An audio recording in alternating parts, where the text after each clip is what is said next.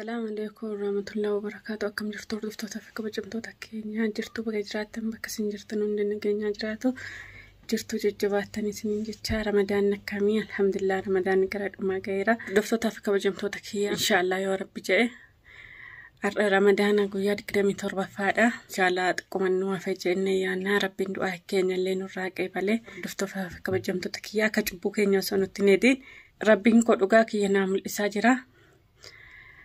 ربنا ما يدعى نما ميد أمي أكن ما تعمل سونجرا إذن لا دعى نما جلاد أكسه أكن ما تربينا أباسو جاتي دعاء قد أنا سنين جد أردف تفك بجمتو تكية الحمد لله دعى كي نعمل التاجرة الحمد لله جدا الحمد لله اللي رمضان كنا كيس دعاء قد دعاء سنين لنا قوتني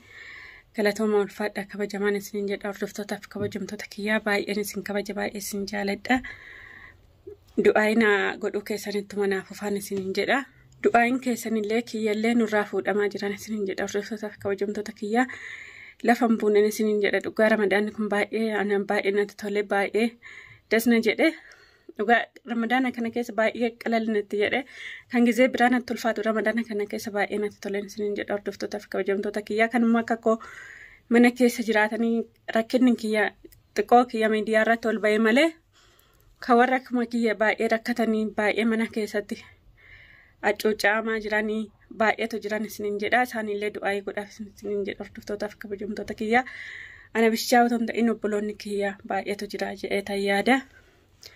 kan mana keessatti akkuma koo ta'aa jiranii namoonni akkuma koo keessa cunqurfamaa jiranii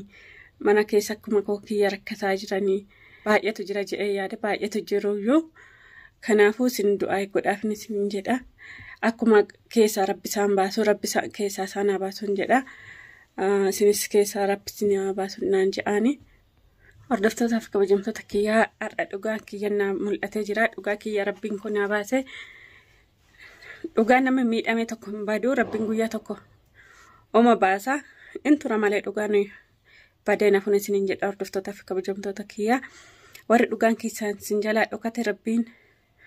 akkuma koo kana dhugaa keessan isiniif haa baasuun isiniin jedha inshaallah rabbi dhugaa keenyan dhoksiniin dhugaa nama miidhamee tokko rabbiin dhoksiniin isiniin jedha har'a wanti isiniin qabadhee dhufu hordoftootaaf kabajamtoota kiyyaa waan ajaa'ibaa tokko waan baay'ee nama gaddisiisu dhugaa waan laphee nama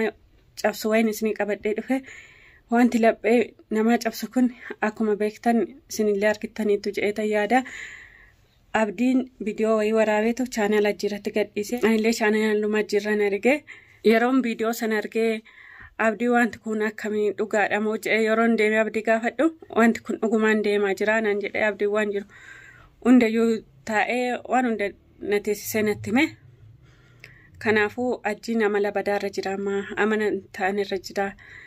dhugaa ajjiin baay'ee nama gaddisiisa edaa ajjiin wanti dalagaan deema jedhee manaa bahuufi wanti mana ba'aa ooluuf inni dalagaa miti kan deemu inni mana qumaaraa oola mana sigaaraa oola mana shiishaa oola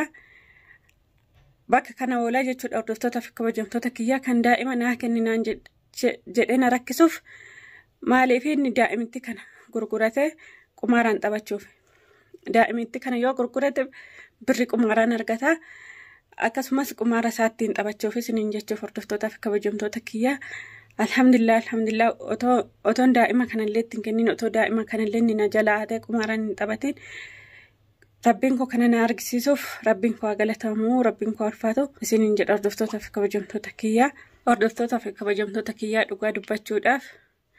nama jibbeeyyattaniillee maqaa yoo nama balleessan rabbiin nama hin jaalatu waan ta'eef rabbiin namarraa hin jaalatu kanaafuu dhugaa dubbachuudhaaf hajjiin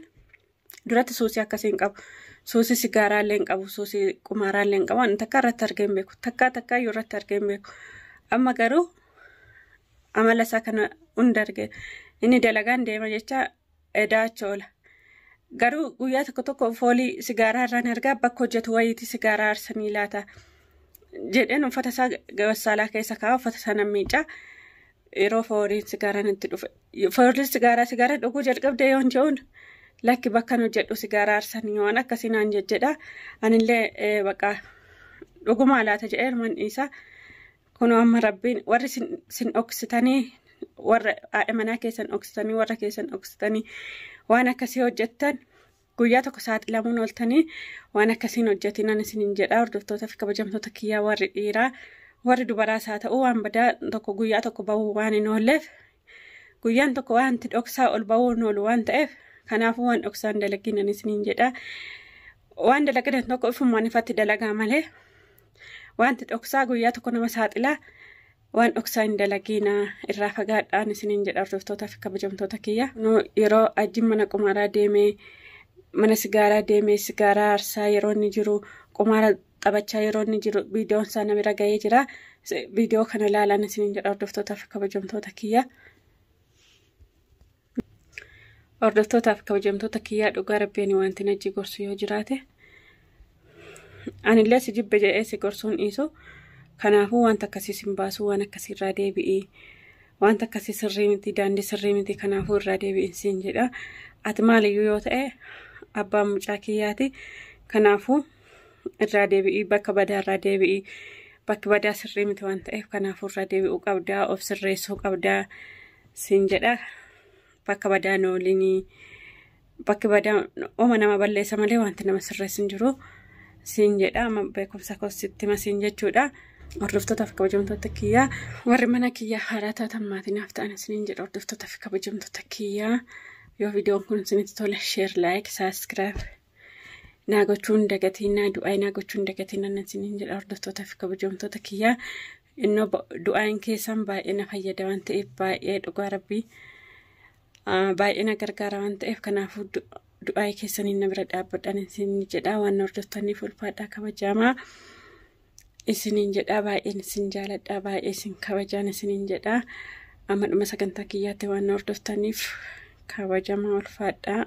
nagaan naa tura.